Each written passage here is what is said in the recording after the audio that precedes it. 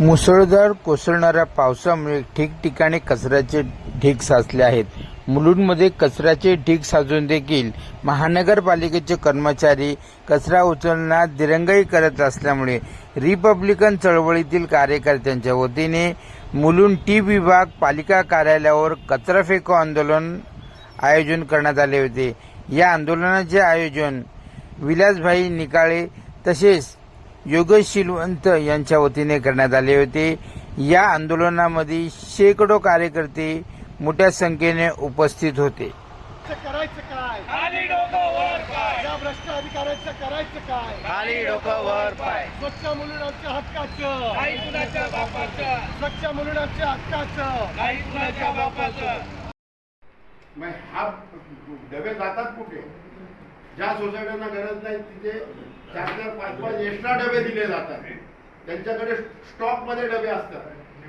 अशा काही काही ठिकाणी आहेत ते डबे फुटलेले आहेत, त्या लोकांकडे डबे नाही. शांती इंडस्ट्रील मध्ये महानगरपालिकेचे डबे प्रायव्हेट इंडस्ट्रीला मुलुंड पूर्वेला जी स्वच्छता महानगरपालिका राबवते ती मुलुंड वेस्टला राबली जात नाही. सकाळी कर्मचारी हजेरीला येतात, हजेरी लावून निघून जातात. त्या रोडवरती 6 कर्मचारी पाहिजे, तिथं 2च कर्मचारी 6 लेबरचं काम करतात. दत्तक वस्ती योजनाबद्दल आता आमचे बोलले आमच्या गौतम नगरमध्ये काम करताय.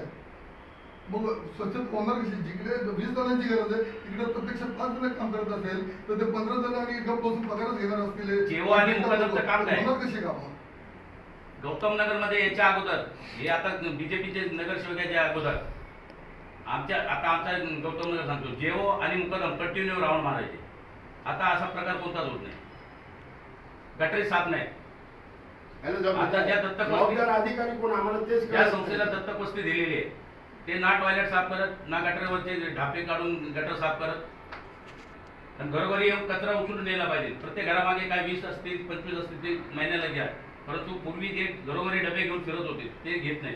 त्याच्यामुळे लोक काय करतात, मग कचरा रोडच टाकतात. आज सफाई विभागाचा नंबर आहे 88,794 92,002. दुसरा स्मशानाच्या समोर तुमची एमएल हा फोन मॅडमला प्रत्यक्ष भेटून आता महिना होईल सांगितलंय. त्याला जाळीचं कंपाऊंड बांधलं होतं, ते चरस गांजे पिणारे लोकांनी तोडून टाकले. त्यांना मी प्रत्यक्ष भेटून घातलं, म्हटले मॅडमच्या कानावर घालावं लागेल. मॅडम मुलुंड स्मशानभूमीच्या समोर ते सांग शौचालय आहे. त्या शौचालयाची दुरावस्था अशी आहे की त्याचं जे ड्रेनेजची जी घाण आहे मलिदा संपूर्ण बाहेर येते.